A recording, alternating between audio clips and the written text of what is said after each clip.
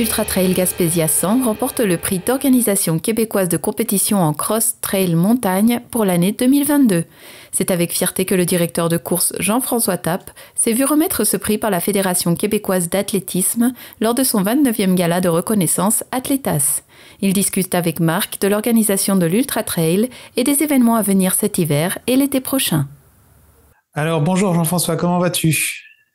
Ça va très bien, toi aussi? Oui, très bien, merci. Écoute, là, il y a à peu près une semaine, on a vu passer dans les réseaux sociaux que tu t'es vu faire remettre un prix par la Fédération québécoise d'athlétisme lors du 29e gala de reconnaissance Athlétas pour le Ultra Trail Gaspésia 100, pour le prix d'organisation québécoise de compétition en cross-trail montagne. Alors peut-être avant qu'on parle du prix, est-ce que tu pourrais nous faire un reflet de c'est quoi l'Ultra Trail Gaspésia 100 pour ceux qui auraient pas encore entendu parler?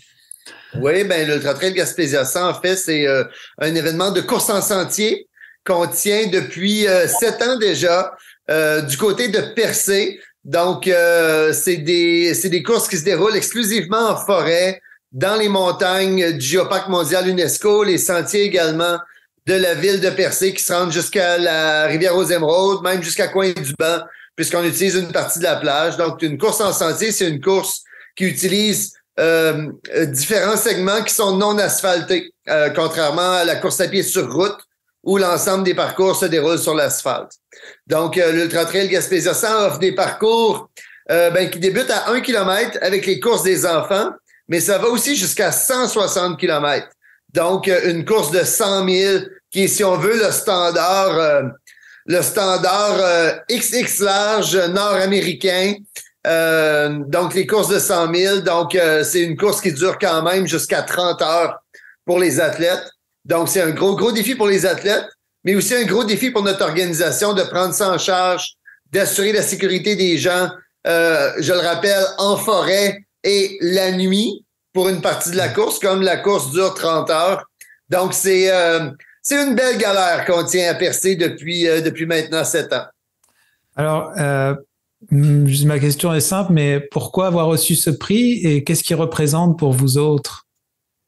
En fait, l'Ultra Trail Gaspésia 100 a été nommé événement de l'année dans le département trail running cross-country et tout ce qui est, dans le fond, en dehors des stades et en dehors de l'asphalte. Pour nous, c'est une belle reconnaissance parce que la course en sentier, présentement, c'est le segment des courses d'endurance qui constate la plus forte croissance depuis 6 ans. Donc, la participation est en forte croissance, mais le nombre d'événements aussi est en forte croissance. Le nombre d'événements de qualité est en forte croissance. Quand on a débuté, là, il y a 6 ans, on parlait de 4 ou 5 organisations qui tenaient des courses de sentiers. Maintenant, il y en a au-delà d'une quinzaine qui tiennent des événements de course en sentier au Québec. Alors, c'est une belle reconnaissance pour nous là, d'être reconnus parmi les leaders de cette petite industrie-là pour cette année. C'est une belle tape dans le dos pour notre équipe de bénévoles, puisque, pour être honnête, cette année, on s'était trouvé un petit peu moins bon que les autres années. Donc, ça a été une belle reconnaissance là, de voir de nous rappeler qu'on a fait des belles choses, notamment en matière de développement durable, puisqu'on se positionne là, parmi les leaders nationaux avec nos initiatives de développement durable. Alors, si on parle de la 8e édition, est-ce qu'on a le droit d'en parler déjà maintenant? Est-ce que c'est quelque chose que tu peux nous donner un reflet de ce qui pourrait se passer? Oui, écoute, les inscriptions sont déjà lancées pour l'édition qui va avoir lieu le week-end de la Fête des Pères 2023. Déjà, ça va très vite. Donc déjà là, au-delà de 250 inscriptions pour cette édition-là, même tout près de 300. Les nouveautés cette année, on ajoute un parcours de 80 km cette année. Donc, dans nos courses dites ultra, les courses ultra, ce sont les courses de 50 km et plus. Donc, on avait quand même une grosse marche à franchir entre le 54 km et le 106 km. Donc, on a ajouté une distance mitoyenne entre ces deux parcours ultra-là. Ça va être notre premier parcours en boucle. Donc, un tout nouveau segment là qu'on a ouvert sur différents terrains avec l'approbation des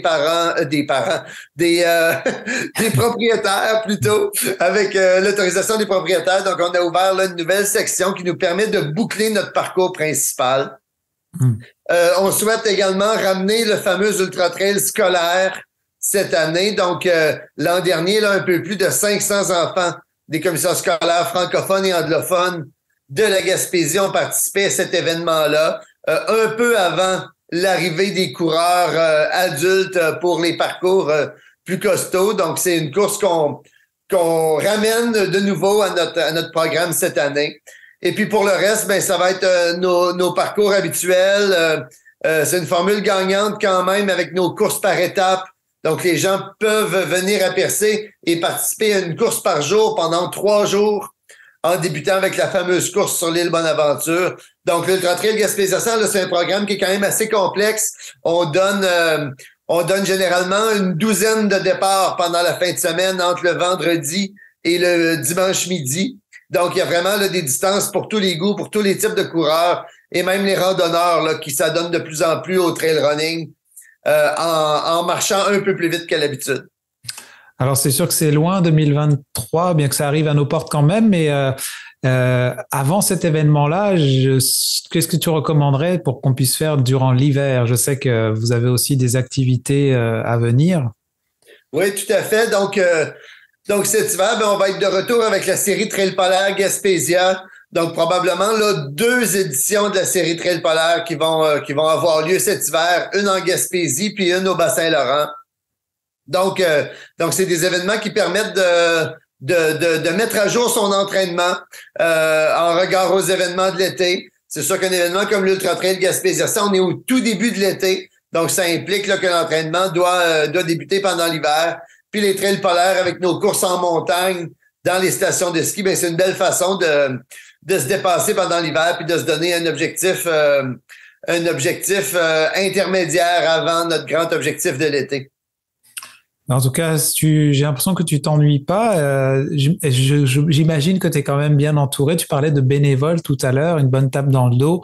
Ça représente quoi à peu près pour vous dans votre organisation, la quantité de gens qui travaillent autour de ça?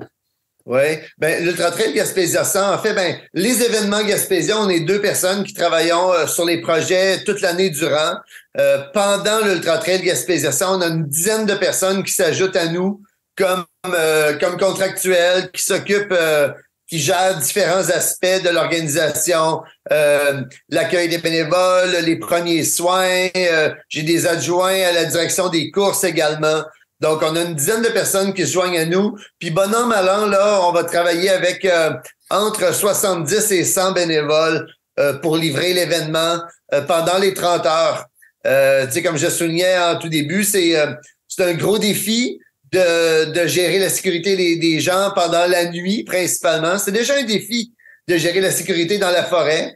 De gérer dans la forêt la nuit, c'est encore plus un défi. Donc, on a besoin de beaucoup de gens pour nous aider à faire ça. Tenir les ravitaillements pendant la nuit, assurer le suivi des coureurs. Donc, bon an, mal an, là, de 70 à 100 personnes qui nous donnent un coup de main pour cet événement-là, qui est évidemment là, le plus gros événement du portefeuille d'événements Gaspésia. En tout cas, félicitations déjà pour ce prix que vous avez remporté, puis on vous souhaite de bons événements à venir et qu'ils soient toujours aussi riches et toujours un peu plus, que les gens soient toujours intéressés à vivre ces événements-là. Oui, tout à fait. Merci.